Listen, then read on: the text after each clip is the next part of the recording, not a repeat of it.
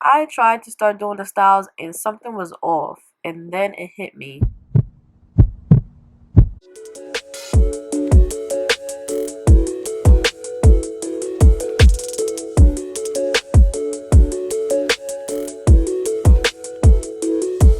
Hey guys, welcome back to another video. My name is Unique. I hope everybody's having a wonderful holiday season. So as you can see, today I have some box braids in my hair. This is the first time I'm appearing with box braids on my channel. My cousin did them for me a few weeks ago and it's about time for them to come out. Before I take them out, I wanted to show you guys a few styles that you can do with jumbo box braids. In another video, I'll go into more detail about my experience with these braids and me having the curly perm that I have. I actually had to blow dry my hair before putting these braids in. That's a story for another day. In the meantime, let's get into these styles.